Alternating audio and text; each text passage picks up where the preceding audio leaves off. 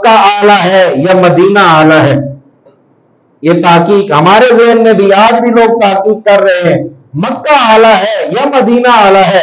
ये बात चलते चलते बड़े बड़े मुफस्सिरीन ने, किसी ने कहा मक्का आला, किसी ने कहा मदीना आला। मक्का में रब्बुल आलमीन का घर है, हजर अस्वद है, 360 अंबियाए कराम के मज़ारात है। सारे लोग मुफस्सिरीन ताकीक करते रहे और सारी ताकीकें अपनी अपनी जगह पर ठीक है, दुरुस्त है।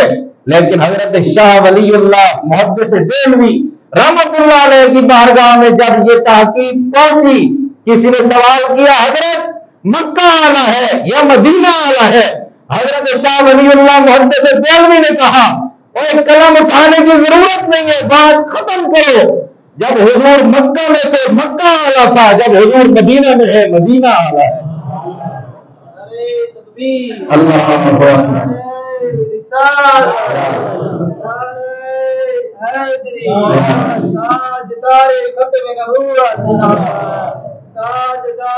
तेरी निस्बत ने सवारा मेरा अंदाज हयात, तेरी निस्बत ने